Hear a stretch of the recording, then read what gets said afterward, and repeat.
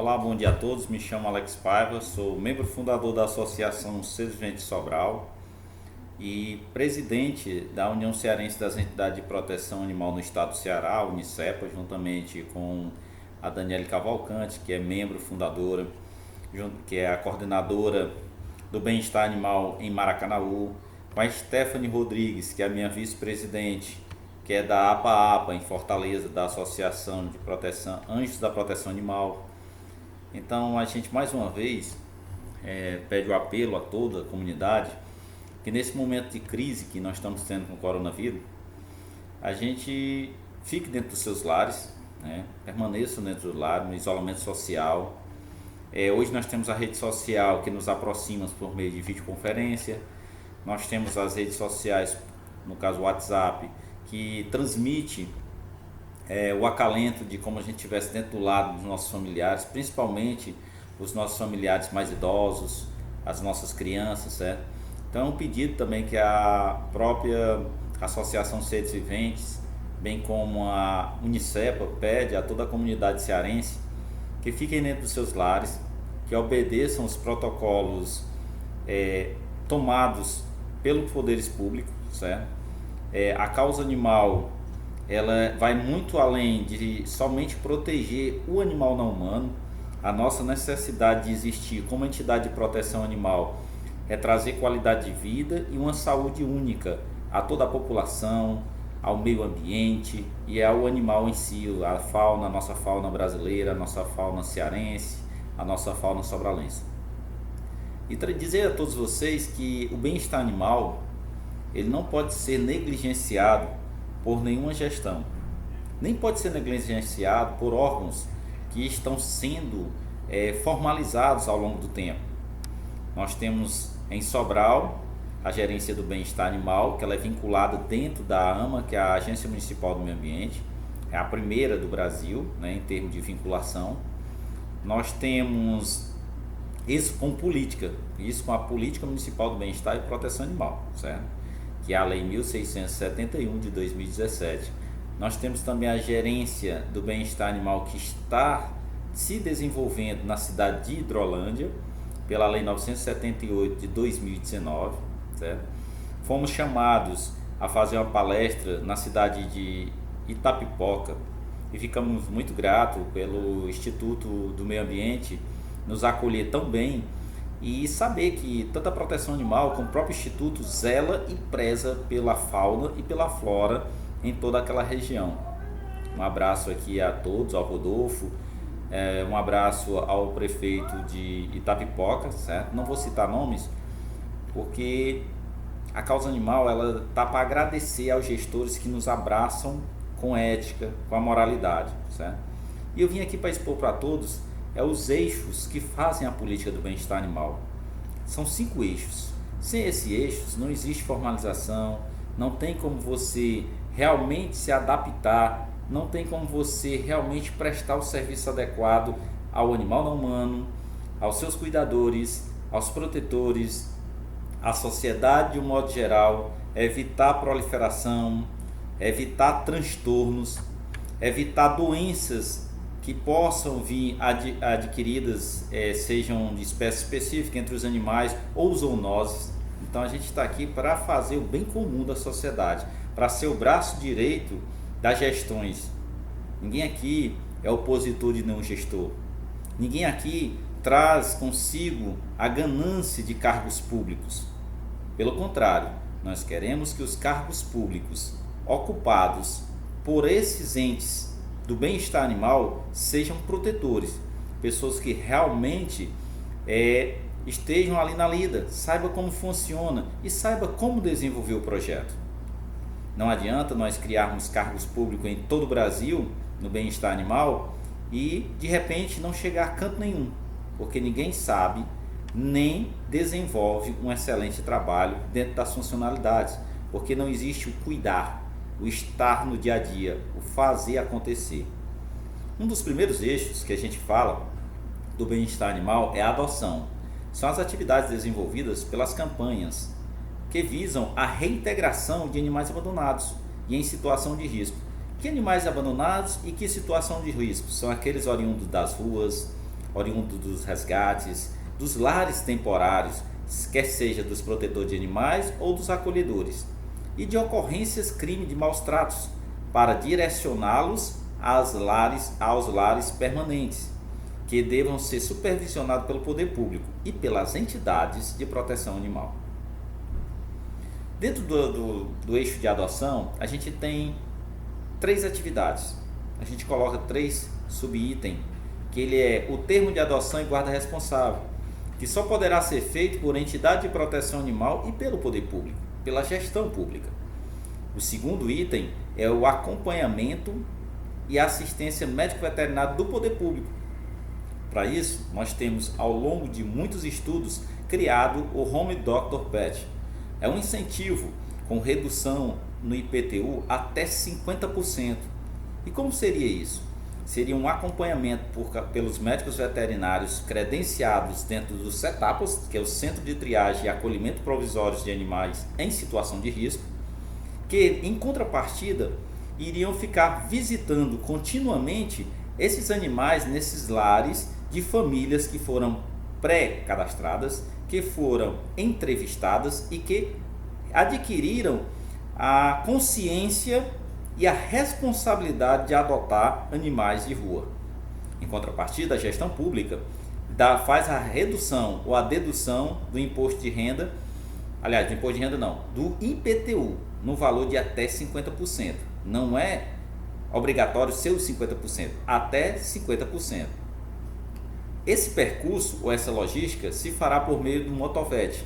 São motos, veículo com agilidade no trânsito, com agilidade nas visitas, que com equipamentos necessários, no qual o médico veterinário e o auxiliar de medicina veterinária vai até os lares pré-cadastrados, aos lares de adotantes, de pessoas que adotaram esses animais oriundos de maus tratos, oriundos de resgate, oriundos das ruas, que foram bem cuidados, e lá vão fazer toda uma avaliação, quer seja física, quer seja clínica, médica de um modo geral. Esses animais serão assistidos por esses médicos veterinários e seus auxiliares, e será feito um relatório que constará na ficha eletrônica do animal, que é a ficha zootécnica. E o terceiro passo é a fiscalização e o controle. Esse controle de todas essas políticas tem que ser pelas coordenadorias e pelas gerências do bem-estar animal. Órgãos que dentro da própria política, dentro da própria propositura legal, já existe a sua criação e a sua institucionalidade. O segundo ponto, depois de nós criarmos a política do bem-estar animal, instituirmos elas forem para câmaras municipais, forem aprovadas, o prefeito sancionar, vamos para o segundo tópico, e está a gerência, aí nós vamos fazer as castrações. O que é castrações? São atividades desenvolvidas que visam esterilizar os animais domésticos, gatos e cães, conforme leis municipais vigentes que já existem no Ceará, como tem em Sobral, como tem atividades em Fortaleza, como tem atividades em Maracanaú, como tem atividades em Hidrolândia e em Vaze Alegre. E devem ser supervisionados e custeados pelo poder público e fiscalizados pelo legislativo, pelo poder legislativo, com o apoio das entidades de proteção animal e protetores de animais. Dentro desse ciclo, nós temos o item 1, que é o cadastramento e a identificação, com a ajuda dos agentes de endemias e agentes de saúde. Nós iremos, juntamente com a causa animal, os protetores de animais e as entidades de proteção animal, nós iremos implantar um questionário sociopolítico econômico na comunidade. Saber como vive a comunidade, como vivem seus animais e como esses animais são tratados dia a dia dentro do lar, se eles são semidomiciliados. O que são animais semidomiciliados? São aqueles que dormem dentro do lar, mas durante o dia vagueiam pelas ruas, que possam causar transtornos no trânsito e que possam causar traumas, às vezes irreversíveis, e até óbitos de motoqueiros ou qualquer outro transeunte no meio da rua. Então a gente tem que ter bastante cuidado neste questionário, porque este questionário é que vai nos limitar a tomar ações e intervenções necessárias para cuidar dos animais dentro dos lares, sejam eles com donos donos não, vamos dizer, com os seus responsáveis legais, seus tutores legais e os animais no meio da rua. A gente vai ter realmente uma visão crítica de como esse animal é cuidado, como esse animal é alimentado, quanto tempo ele passa para se alimentar, quanto tempo ele passa dentro do lar, aonde é distribuídos os dejetos dele, como é que é recolhido, para onde vai, qual o destino desses dejetos, se esses animais têm uma vermifugação contínua, ou se há uma quebra, ou se nunca teve, que tipo de vacina esse animal já teve ou nunca teve. Então a gente tem realmente um questionário sociopolítico econômico da comunidade, de como é a comunidade no trato com o animal. A partir daí, todos os animais serão microchipados. Esse microchip, ele traz a identidade do animal, que é um código de barra, bem como todos os dados referentes àquele proprietário do animal, ou aquele tutor legal do animal. Por último, nós temos dentro desse mesmo item a territorialização do público-alvo, dividido em 3 territórios. O território verde é onde vai haver as castrações até o nível de 80%, aliás, 50% não, de 80% do bairro. Então, a equipe técnica vai entrar dentro do bairro, vai castrar os animais até atingir o índice de 80%. O território amarelo, ele é desvencilhado e redistribuído e distribuído, aliás, para os protetores de animais, para as entidades de proteção animal e para os lares que têm acolhimento de animais acima de 10 animais. Então, esse é o território amarelo. E o território vermelho? São as castrações de todos os animais que estão em locais de abandonos dentro das cidades. Esse é o território vermelho. Então, o território verde é a comunidade alvo, o público alvo, que é o bairro alvo. O amarelo é a comunidade da causa animal e o vermelho é os pontos de abandono. No final, nós teremos todo um ciclo equilibrado e nós teremos realmente o controle populacional, o controle de zoonoses e o controle de doenças específicas entre animais. E animais fora das ruas, que animal tem que estar no lar, não na rua. O segundo item é o acolhimento e a triagem dos animais. Enquanto não se faz o terceiro item, que é a implantação e construção dos centros de triagem e acolhimento provisório de animais em situação de risco, os municípios devem adotar a publicação de editais de credenciamento das clínicas veterinárias onde houver no município, certo? Para quê? Para realizar as castrações e atendimentos veterinários de um modo geral, conforme orçamento devidamente legalizado dentro de cada município. E por último, o terceiro ponto, que é a implantação dos CETAPs, que são os Centros de Triagem e Acolhimento Provisório de Animais em Situação de Risco. Aí sim, é um mini hospital, que são divididos em 3 níveis. O primeiro nível são hospitais, no caso CETAPs. Nível 1, que são cidades acima de 200 mil habitantes, certo? O nível 2 são cidades entre 100 mil e 200 mil habitantes. E o nível 3, abaixo de 50 mil habitantes. Então, nós temos que ter a certeza de que o dinheiro público não vai ser usado de forma aleatória, mas vai ser realmente distribuído de forma igualitária, de acordo com a necessidade de cada município. No eixo educação, porque, para quem não sabe, o bem-estar animal, ele pensou em tudo, todos os eixos. No eixo da educação, que é o terceiro eixo, são ações voltadas em educar as crianças, adolescentes e pré-adolescentes, e o público-alvo, que também são os universitários, e a conscientização daquelas pessoas que já passaram por todas essas fases da escola ao acadêmico, mas não tiveram essa ciência referente ao bem-estar animal. A importância de cuidar, de respeitar e de se compromissar com a vida dos animais de estimação, seja no ensino infantil, no ensino fundamental, no médio e no superior. No eixo educação, os 3 itens fundamentais são a inclusão na grade do ensino nos municípios com o tema bem-estar e proteção animal, com oficinas educacionais com a escola PET, seminários.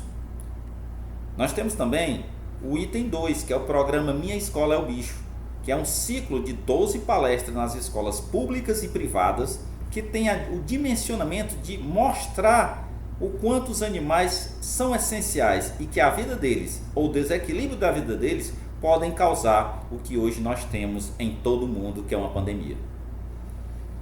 O terceiro item é a Semana do Bem-Estar Animal, que ela vai geralmente do dia 29 de setembro ao dia 4 de outubro. O Dia do Protetor de Animais, geralmente a gente comemora no dia 4 de outubro. E o programa Empresa Amiga dos Animais, que é uma interlocução, uma intersetorialidade entre os protetores de animais, a gestão pública e os CDLs, ou comércio local, onde nós queremos que os animais saiam do meio da rua, mas não sabemos como fazer. Então esse programa Amigo dos Animais, ele é voltado para a gente colher informações do ambiente onde o animal está, como devemos fazer as intervenções públicas e que ganhe a sociedade e os animais. O quarto item se chama resgate e fiscalização.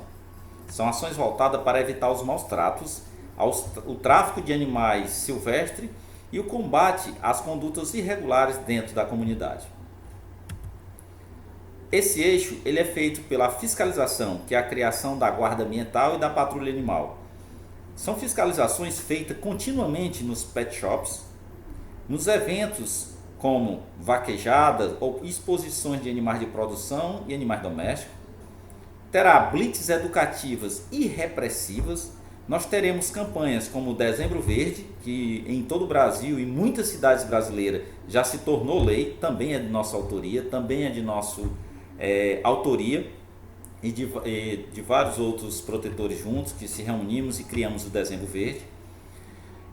O silvestre não é pet, que muita gente pega, compra animais exóticos como a cobra do milho e depois abandona esse animal. Ou pega uma jiboia, né, pequenininha, a jiboia cresce, vai além dos seus limites, né, do seu ambiente e simplesmente porque o animal cresceu é jogado na rua.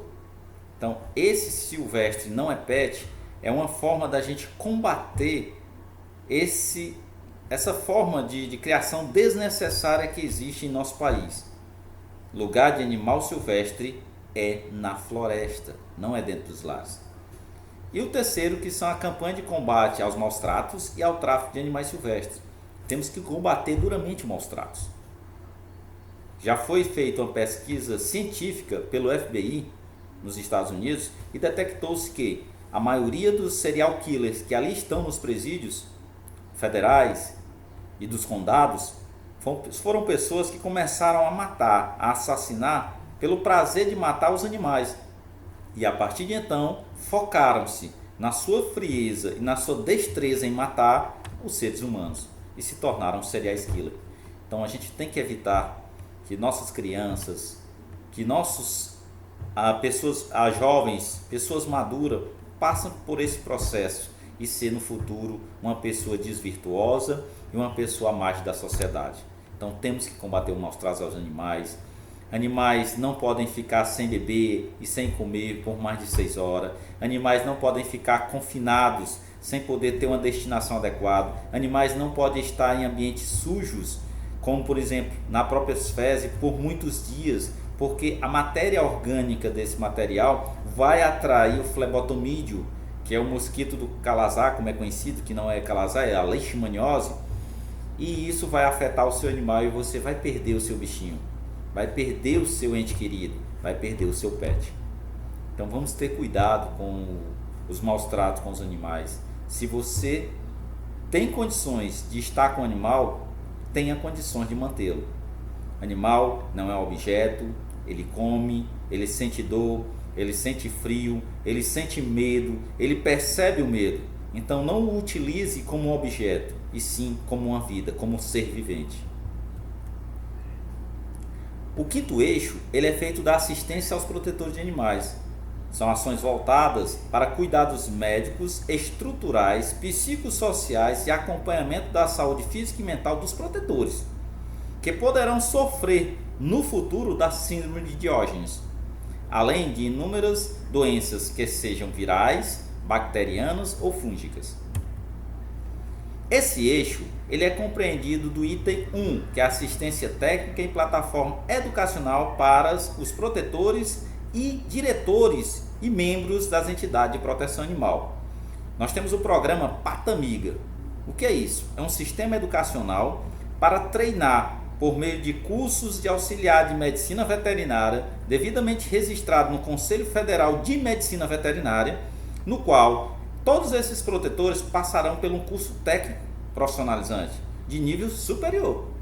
E esse curso técnico é responsável para que aquele protetor de animal possa realmente cuidar do animal após um diagnóstico médico veterinário. Não estou dizendo aqui que esses protetores vão assumir a função do médico veterinário, de maneira alguma. Eles vão ter restrições, de acordo com o que preconiza o Conselho Federal de Medicina Veterinária nas suas resoluções. E o terceiro item, aliás, esse é o primeiro item. O segundo item, as campanhas de assistência de imunização contra a zoonose. Classificar senhores gestores municipais, senhores gestores estaduais e senhor presidente. Vamos colocar os protetores de animais, vamos colocar a saúde, o pessoal da saúde, no caso servidor da saúde, os servidores da segurança pública como grupo de risco dentro da Secretaria de Saúde. Vejamos, hoje quem está na rua, tomando de conta aí da sociedade, quem está colocando realmente a pele para receber um confronto de um vírus é a saúde e a segurança pública. E também os protetores de animais. Então vamos criar grupo de risco e priorizar para que todos esses servidores, sejam municipais, estaduais e federais, ele passe por um criterioso sistema de imunização. Não se combate vírus, não se combate bactérias, não se combate doenças fúngicas com pessoas com imunidade baixa. Nem sabemos como estão essas pessoas, principalmente os da área da segurança pública, que pouco se alimentam-se fora de hora, são pessoas que a carga horária é exaustiva, entendeu? Então vamos ter ciência de que essas pessoas do front, essas pessoas que estão à frente das calamidades públicas, devem ser assistidas, devem ter respeito e dentro do respeito merecem ser imunizados. O acompanhamento psicossocial aos protetores e acolhedores de animais. Criar rodas de conversa junto aos CRAS e os CREAS para os protetores de animais. E lembrando, gente, vamos começar a nos preocupar em ter um CDC aqui no Brasil, que é um Centro de Controle de Doenças. Vamos começar a fazer um plano de contingência nas cidades, no estado, no país. Esse plano de contingência, ele é justamente a gente saber o que é o EPI que a gente vai utilizar, como vai utilizar, em que fronte vai atuar, tanto o agente de segurança, quanto o protetor de animal, quanto o agente da saúde. O que nós podemos fazer, em que nós podemos fazer, quando nós podemos fazer e como nós devemos fazer. É esse o compromisso que a gente tem sempre com vocês da causa animal. A causa animal, gente, vai muito além do que muitos imaginam.